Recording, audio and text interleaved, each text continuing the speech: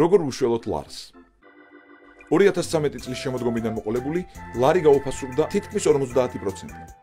ლარის გაუფასურებამ დააზარალა ასობით ათასი საქართველოს მოქალაქე, რომელთაც ფიქსირებული შემოსავალი აქვთ ლარში, დანაზოგი აქვთ ლარში, სესხი აქვთ დოლარში, ან ფიქსირებული ყოველთვიური ხარჯი აქვთ დოლარში.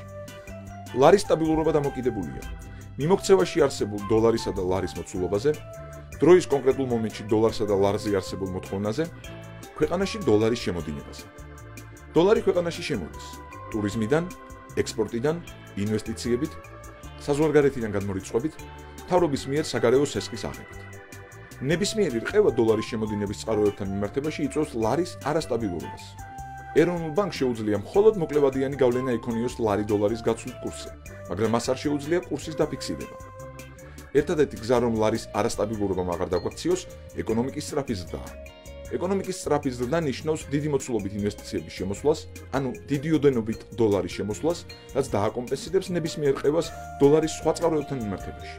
ეკონომიკის სწრაფი ზრდისთვის საჭიროა ბიუროკრატიის, მთავრობის ხარჯების და გადასახადების მკვეთრი შემცირება. სახელმწიფოს ხელში არსებული ქონების სწრაფი პრივატიზაცია, მათ შორის მიწების ფლობელებზე სწრაფი რეგისტრაცია, სანდო ფულის გაჩენა, თავისუფალი სავალუტო რეჟიმის შემოღება. ერთადერთი, რაც ამის გაკეთება სჭირდება, არის ტრაკი. პატივისცემით გირჩი.